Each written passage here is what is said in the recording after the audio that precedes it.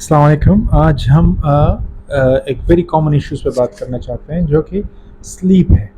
अच्छा, इस सेशन में मेरा बिल्कुल भी वो मकसद नहीं है जिसको स्लीप डिसऑर्डर है या इनएबिलिटी टू स्लीप जिसको हम कहते हैं, वो सो नहीं पाता है। समटाइम कुछ भी नहीं होता और आपको कोई इस किस्म के सिम्पटम्स नहीं होते जिस तरीके से हमारे स्लीप डिसऑर्डर में होते हैं या हम जो जो डायग्नोस हो जाते हैं, वो वो मेरा मकसद नहीं। इस टॉपिक में हम स्पेसिफ़िकली स्लीप पे बात करते हैं, कैसे हम चाह सकते हैं कि हम अपनी स्लीप को बेटर बना सकते हैं और कौन सी ऐसी वजूहात होती हैं जिस पे आपको जो आपकी नींद होती है वो आपको नहीं हो पाती। ठीक है, सो फोकस है यहाँ पे इस सेशन में सिर्फ इस चीज़ पे है कि किस तरीके से हम अपनी स्लीप को बेटर कर सकते हैं। अच्छा, कभी-कभी जो स्लीप है, जो कि मैं खुद एक्सपीरियंस कर रहा हूँ तकरीबन 3-4 दिन से, और मैं हर जो पॉइंट्स है उसको मैं देखता हूँ कि शायद ये इस वजह से हो या शायद उस वजह से हो, तो हर चीज़ को मैं रेक्टिफ़ाई करता हूँ अपने नेक्स्ट डे पे, और उसकी जो इफ़ेक्ट्स है वो मैं ऑब्ज़र्व करता हूँ कि इस वजह से कितना जो है वो बेटर आया है। तो कहते हैं ना कि जो आप खुद करते हैं वो दूसरों को भी सिखाएँ ताकि उनकी ज़िंदगी में भी उसका कुछ इम्पैक्ट आए। ओके, सो इस नियत से ये मैं करने का इरादा रखता हूँ और स्टार्ट भी किया है, यूट्यूब चैनल भी स्टार्ट किया है। आप लोगों से रिक्वेस्ट है कि उसको भी आप सब्सक्राइब्स करें। यूट्यूब चैनल का नाम है लर्निंग मेड सिंपल। ठीक है, तो जिसमें मैं मुख्तलिफ़ टॉपिक्स पे जो कि हमारे एरियाज़ हैं उसको मैं सिंप्लीफाई करके पेश करता हूँ। स्टूडेंट्स के लिए भी काफ़ी अच्छा होता है और हम जो आम लोग हैं उसके लिए भी उसको फ़ायदा पहुँचेगा। अच्छा, तो जब स्लीप है उसकी इम्पोर्टेंस से तो हर कोई वाकिफ़ है। जब हम सही तरीके से नहीं सो पाते तो वो फिर हमें जो है ना, हमारी जो ज़िंदगी है, हमारी जो पर्सनैलिटी है या हमारी जो लाइफ़स्टाइल है उसको स्ट्रॉन्गली इन्फ्लुएंस करती है। आपने कभी ऐसा देखा होगा कि ऑब्ज़र्व किया होगा कि आपका दिन सही नहीं गुज़रता और पूरे दिन आपको पता नहीं गुस्सा आता है, आप शॉर्ट टेम्पर्स होते हैं, तो ऐन मुमकिन है कि वो आपकी स्लीप की वजह से हो। तो स्लीप के बारे में मैं आपको थोड़ा-सा बताऊँ। स्लीप बेसिकली जो नॉर्मली फ़ॉलो किया जाता है वो 4 सर्कल्स या 4 साइकिल्स वो उसके होते हैं, जो कि 90 मिनट्स का एक साइकिल होता है। फॉर एग्ज़ाम्पल अगर आप 9 ओ क्लॉक सोते हैं तो 90 मिनट्स का साइकिल लेके आपका स्टेज 2 स्टार्ट होता है और इस तरीके से नेक्स्ट 90 मिनट्स में आपका स्टेज 3 और फिर नेक्स्ट में आपका स्टेज 4 स्टार्ट होता है। अच्छा, इसमें याद रखें कि आप जब स्टेज 1 में होते हैं, स्टेज 1 में आपको इमेजेस वगैरह आती है और उसी में आपकी जो स्लीप है आप ड्रीम नहीं देख पाते, सिर्फ इमेजेस पॉसिबली आ सकती है। जो स्टेज 2 होता है, अगर आप में उसकी जो ब्रेन का कंट्रोल होता है बॉडी पे, वो एक प्रोसेस में होता है, वो रिलीज़ होती है और उसमें स्लीप स्प्लेंडर्स आते हैं। अच्छा, इस स्लीप स्प्लेंडर में अगर आपको किसी वजह से भी जागना पड़े, कोई आपका दरवाज़ा खटखटाए, कोई आवाज़ दे या किसी भी एक्सटर्नल नॉइज़ से अगर आप इसमें उठ जाएँ, तो आपको दोबारा जो सोना है ना बहुत मुश्किल होता है, आप आसानी के साथ नहीं सो पाएँगे। और यही स्टेज 2 में सुबह की जो आपकी रूटीन होगी वो भी डिस्टर्ब होती है। तो स्टेज 2 इसलिए वेरी इंपॉर्टेंट है कि अक्सर लोग हम 1 डेढ़ घंटा पहले सोए होते हैं, तो स्टेज 2 में होते हैं और हम उसको मस्ती मज़ाक में उसको जगा लेते हैं, लेकिन उसका फिर सारा मूड जो होगा वो डिस्टर्ब रहेगा। तो ये उसकी जो वजूहात है वो स्टेज 2 की इफ़ेक्ट्स की वजह से होता है। ठीक है? स्टेज 3 में हमारी बॉडी का जो कंट्रोल होता है वो माइंड का कंट्रोल कम होता है और बॉडी जो है वो न्यू जो सेंसेशंस है, स्लीप्स के, ड्रीम्स के जो लेवल्स है वो एक्सप्लोर करना शुरू कर देती है और फिर स्टेज 4 में हम हमारे जो कंट्रोल बहुत कम हो जाता है ब्रेन का, और इसी से जो हमारा इफ़ेक्ट्स है वो एक ऐसी मिसाल निकले कि ब्रेन और जो रूह का और कनेक्शन जो है एक तार के साथ कनेक्ट रहता है। कहते बहुत कम, अगर इस स्टेज में आप किसी के ऊपर जंप मार रहे, इस पे आप वो कर दें तो ऐन मुमकिन है कि उसकी डेथ हो जाए, क्योंकि वो अगर वो तार कट जाए, सिलसिला मुनक़ती हो जाए तो उसकी डेथ हो सकती है। तो इसके चीज़ों का बहुत एहतियात करें। अच्छा, तो इस सूरत में फिर जो इनेबिलिटी है उस पे वापस आते हैं।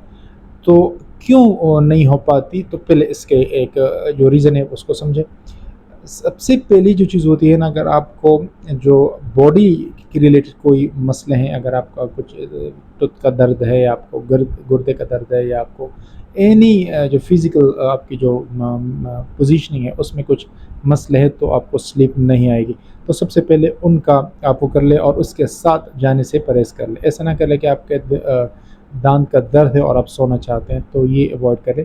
दाँत के लिए कोई मेडिसिन लें या जो भी है उसकी रेमेडी है वो कर लें, और फिर आप उसमें जो सुकून आए तो भी आप फिर सोने की कोशिश कर लें। तो वजह ये होती है कि आपकी जो फिज़िकल पेन किसी किस्म का भी हो, तो वो आपको इफ़ेक्ट कर सकता है या आपकी स्लीप को इफ़ेक्ट कर सकता है। अच्छा, दूसरी जो इम्पोर्टेंट है वो प्रॉपर लाइटिंग है आपके कमरे की। अच्छा, बाज़ लोग हैं वो नाइट में नहीं सो सकते और बाज़ डार्क में नहीं सो सकते, तो ये इसको हम फिर डिसऑर्डर्स की सूरत में लेके जाएँगे, ये कोई अच्छी बात नहीं है, ठीक है? तो आपको आपकी एबिलिटी इतनी होनी चाहिए कि आपको इन चीज़ों से फ़र्क ना पड़े। लेकिन बेस्ट क्या है, जब आप बेहतरीन स्लीप एन्जॉय कर लें, उसकी जो बेनिफिट्स है वो आपको मिले, तो उस सूरत में आप की जो लाइटिंग है अपने घर के रूम्स की जिसमें आप सोते हैं, तो उसमें आप मिनिमम जो है लाइटनेस की कोशिश करें, और मैक्सिमम जब डार्कनेस होती है तो उसमें आप स्लीप को ज़्यादा एंजॉय कर सकते हैं। अच्छा, मोबाइल्स की जो रोशनियाँ होती हैं उसको आप बंद कर लें, उससे आप वो कर लें जिसमें आप डार्क मोड है वो अप्लाई कर लें, तो आपकी जो वो इफ़ेक्ट्स है वो नहीं होगा, ठीक है? मोबाइल को स्विच ऑफ करके आप सोया करें, ताकि उस वजह से आपकी स्लीप डिस्टर्ब ना होगी। अच्छा, दूसरी जो इम्पोर्टेंट बात है, तीसरी जो उसमें आप कि जो पिलो की पोजीशनिंग है, वो ज़्यादा हाइट नहीं होनी चाहिए, ज़्यादा सख्त नहीं होनी चाहिए, ज़्यादा सॉफ्ट नहीं होनी चाहिए। ये सारी जो है ना वो आपकी स्लीप को डिस्टर्ब कर सकती है, ठीक है? अच्छा, इसके अलावा ये तो मैंने आपको फ़िज़िकल चीज़ों ने कर दी। इस सब मौजूद के बावजूद भी अगर आपको स्लीप नहीं आती, तो उसकी वजह जो समझ में आती है वही होती है कि आपकी डाइट क्या है, आपने क्या खाया था और उसके बाद आप डायरेक्ट सोए हैं या आपने कुछ एक्सरसाइज़ किया। तो अगर आपकी जो रूटीन है कि आप तकरीबन 12 बजे सोते हैं, 10 बजे सोते हैं, जब भी आप सोते हैं, तो उनसे कम से कम 3 घंटे पहले आपका जो डिनर है वो होना चाहिए, ताकि आपको एक मज़बूत टाइम मिले जिससे आप उसको वो कर सकें। नाइट वॉक बहुत बेहतरीन चीज़ है, अगर आप कर सकते हैं तो ये आपके लिए बहुत बेस्ट है। अच्छा, वार्म वार्म शावर जो है वो रिलैक्स करती है आपको, और उससे आपकी जो बॉडी है वो रिलैक्स हो जाती है। अच्छा, ब्रीथिंग एक्सरसाइज़ बहुत ज़बरदस्त चीज़ है।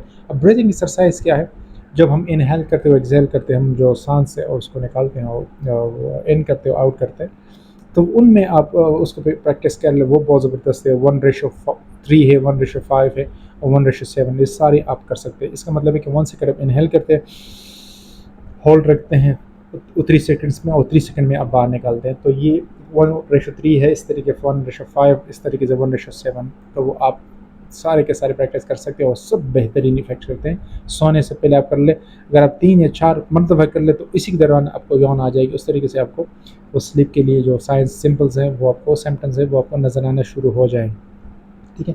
अच्छा, इसके अलावा जो एक्सरसाइज़ है, लाइट एक्सरसाइज़ वो बहुत ज़बरदस्त है, वो आप करें। और जो हमारे चाय है, कॉफ़ी है, इन चीज़ों को रात के वक़्त अवॉइड कर लें।